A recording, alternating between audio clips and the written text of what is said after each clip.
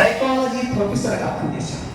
ఈయన సోషల్ సైన్సెస్లో కూడా విస్తృతమైనటువంటి పరిశోధనలు చేశాడు. దీంట్లో భాగంగానే ఈ సిద్ధాంతాన్ని ప్రతిపాదించాడు. ఏది?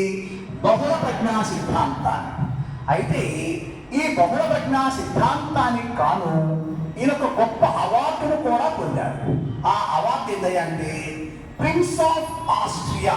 గుర్తుపెట్టుకోవాలమ్మా, ఇది అడగొచ్చున్నాను, ఎందుకంటే మీ బుక్ లో ఉంది ఇది. ప్రిన్స్ ఆఫ్ ఆస్ట్రియా అవార్డుని పొందారు.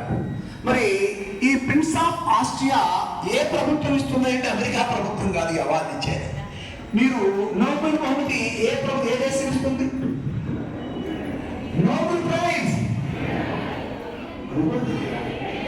ప్రపంచంలో అత్యున్నతమైనటువంటి award Nobel award. Nobel award ఏ దేశం ఇచ్చింది నాకు తెలియదండి.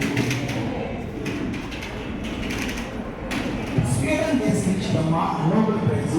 ఏ దేశము? ఆ స్వీడన్ దేశంలో అత్యున్నతమైన అవార్డు నోబెల్ ప్రైజ్ అయితే రెండవ అత్యున్నతమైన అవార్డు ఏంటంటే అంటే ప్రిన్స్ ఆఫ్ ఆస్ట్రియా అనేటువంటి అవార్డు స్వీడన్ దేశం ఇస్తుంది. ఈ ప్రిన్స్ ఆఫ్ ఆస్ట్రియా అవార్డు ఎవరికి ఇస్తారయ్యా అంటే ఏదైనా సైన్స్ ఆర్ సోషల్ రంగంలో నూతన ఆవిష్కరణము లేదా నూతన సిద్ధాంతాలు చేసినటువంటి యువ శాస్త్రవేత్తలకి ప్రోత్సాహంగా ఈ అవార్డును ప్రవేశపెట్టింది స్వీడన్ ప్రభుత్వం. దాంట్లో భాగంగానే ఈ ప్రిన్స్ ఆఫ్ ఆస్ట్రియా అనేటువంటి ఆ అవార్డు చెప్పారు కదా, అత్యున్నతమైనటువంటి రెండవ అవార్డు అని. అలాంటి అవార్డును ఈయన తన సిద్ధాంతానికి గాను, ఈ నూతన సిద్ధాంతానికి గాను ఆయన పొందాడు. ఆ సిద్ధాంతం ఏమిటి?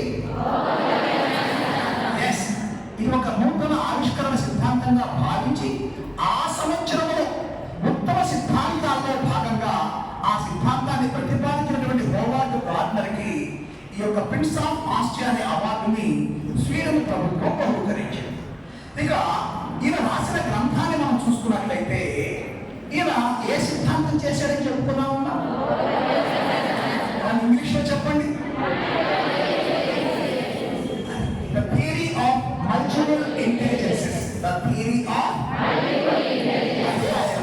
కాబట్టి మీరు కష్టపడి గుర్తుపెట్టుకోవాల్సింది ఏమి లేదని నేను అనుకుంటున్నాను.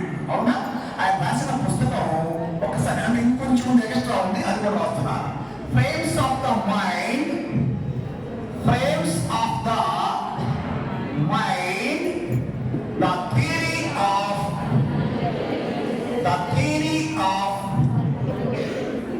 Multiple intelligences.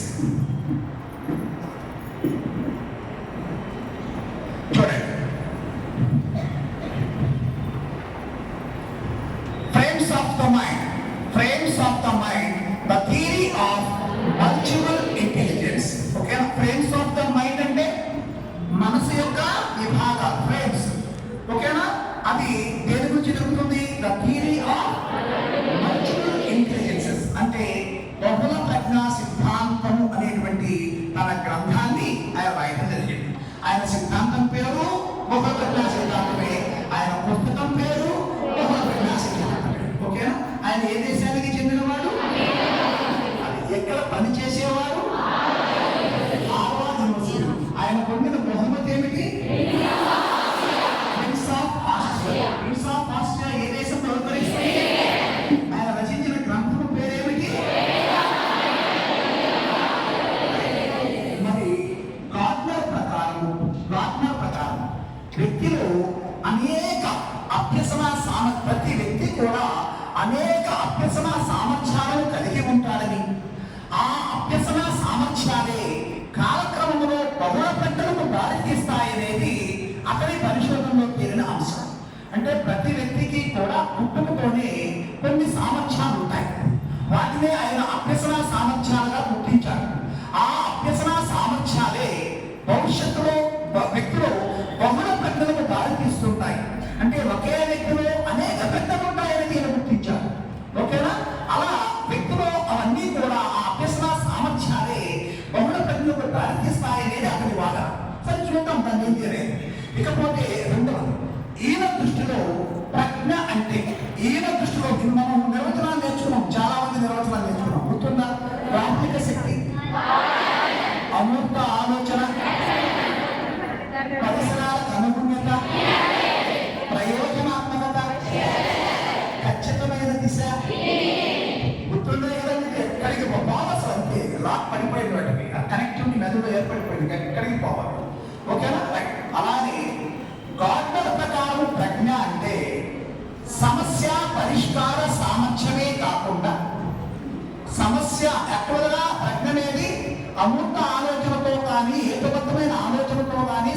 పరిష్కరించుకునే సామర్థ్యము లేదా సర్దుబాటు చేసుకునే సామర్థ్యం, అది ప్రజ్ఞ అంటే ఒరిజినల్ నిర్వచనం. ఇక్కడ చూడండి ఆయన ఏమన్నాడంటే ప్రజ్ఞ అనేది సమస్య పరిష్కార సామర్థ్యమే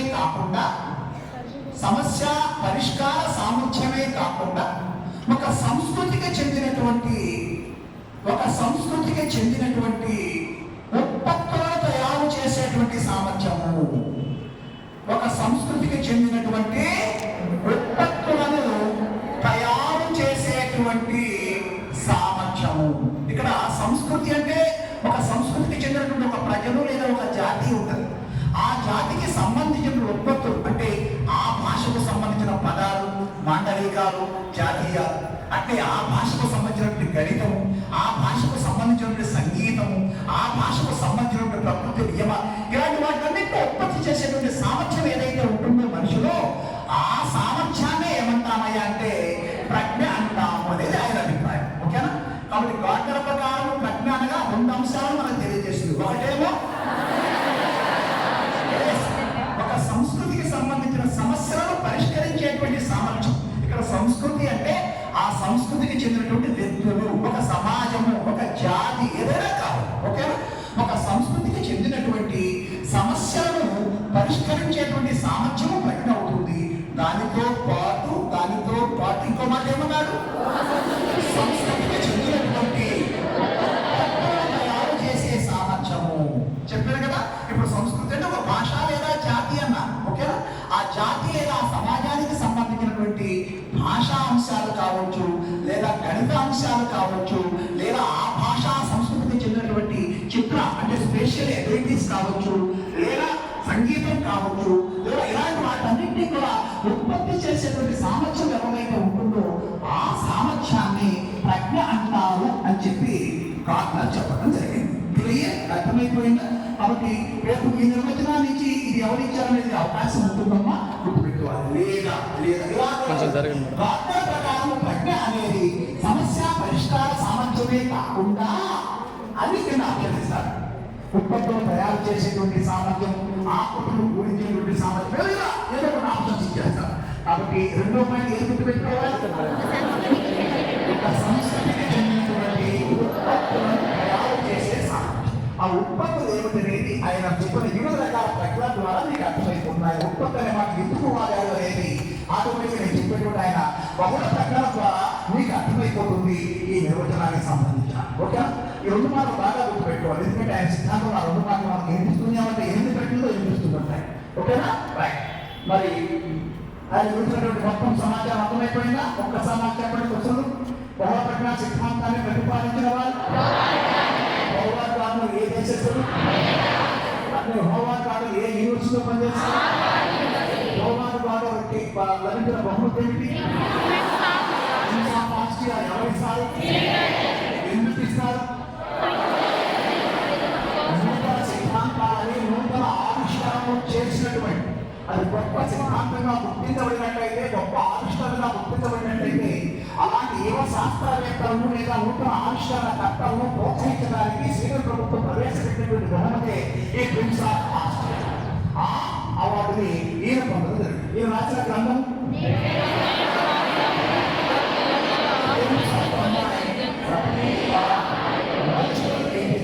ఇది ఆయన పుస్తకము, ఆయన సిద్ధాంతము 2 కూడా ఒకటే. మీరు భయంకరంగా చదివి గుర్తుపెట్టుకోవాల్సిన అవసరం లేదు. ఆయన సిద్ధాంతమే ఆయన పుస్తకం కాబట్టి చాలా ఈజీగా గుర్తుపెట్టుకోవాలి. రైట్. మరి ఏ ప్రకారం ఏమి బహుళ ప్రజలకు దారితీస్తాయి అంటే వ్యక్తిలో ఉండే అభ్యసన సామర్థ్యాలు. ఏంటండి? లెర్నింగ్ అబిలిటీస్ అంటామా వాటి ఇంగ్లీష్లో. ఈ లెర్నింగ్ అబిలిటీస్ ఏవైతే ఉన్నాయో అదే కాలక్రమంలో వ్యక్తిలో బహుళ ప్రజలకు దారితీస్తాయనేది అతని యొక్క పరిశోధనలో పేరిన అంశం. ఇకపోతే ఆయన ప్రకారం ప్రజ్ఞ అంటే ఏంటయ్యా అంటే సమస్య పరిష్కార సామర్థ్యమే కాకుండా, అంటే సాధారణ ప్రజ్ఞ శాస్త్రవేత్త దేవతలు ఏం చెప్తారు అంటే ప్రజ్ఞ అంటే సమస్య పరిష్కార సామర్థ్యము. ఆ సమస్య పరిష్కార సామర్థ్యం ఎలా వస్తుంది అంటే అమూర్తమైనటువంటి ఆలోచన వల్ల లేదా హేతుబద్ధమైనటువంటి ఆలోచన వల్ల సమస్యలను పరిష్కరించే సామర్థ్యం వ్యక్తికి వస్తుంది. ఆ సామర్థ్యాన్ని ప్రజ్ఞ అనేది సాంప్రదాయ శాస్త్రవేత్తలు మనోవిజ్ఞానవేత్తలు అంగీకరించినటువంటి ప్రజ్ఞ నిర్వచనం. కానీ ఈయన దాన్ని ఇంకొంచెం ముందుకు చేసుకొని సమస్య పరిష్కార సామర్థ్యమే కాకుండా, అంటే సాంప్రదాయ వాళ్ళు చెప్పినటువంటి ఆ మాటే కాకుండా ఇంకొక మాట చేశారు. ఆ మాట పేరు అంటే సంస్కృతికి చెందినటువంటి తయారు చేసేటువంటి సామర్థ్యం కూడా ప్రజ్ఞ ఉంటుంది అనేది అతని అభిప్రాయంగా గుర్తించాలి. ఓకేనా? ఇటువంటి మాటలు మీరు చదువుకుంటే గుర్తు పెట్టుకోలేదు. నేను స్పెసిఫైక్ గా దాని గురించి వివరిస్తూ మీకు చూస్తున్నాను కాబట్టి చాలా ఈజీగా ఆ పాయింట్లన్నీ కూడా మీ మైండ్లో వెళ్ళిపోతాయి. రేపు ఒక్కొక్కరు తయారు చేసే సామర్థ్యాలను కనిపించడానికి మీకు దాని మీద గుర్తు చేస్తారు, ఆయన పేరు పెట్టేసేస్తారు. ప్రిన్స్ ఆఫ్ ఆస్ట్రేలియా కనిపించడానికి గుర్తు పెట్టేసేస్తారు, రాజాలు గుర్తుకు వస్తారు. అలా రాసిన గ్రంథమైన అర్థంగానే ఆయన సిద్ధాంతం గుర్తు వచ్చేసి సిద్ధాంతం పేరు ఆయన పుస్తకం పేరు కూడా కాబట్టి వెంటనే మీకు దీనికి ఆ మల్టిపుల్ ఇంటెలిజెన్స్ విషయాలు కూడా మీకు గుర్తుపెడతారు. ఓకేనా? ఇది మరి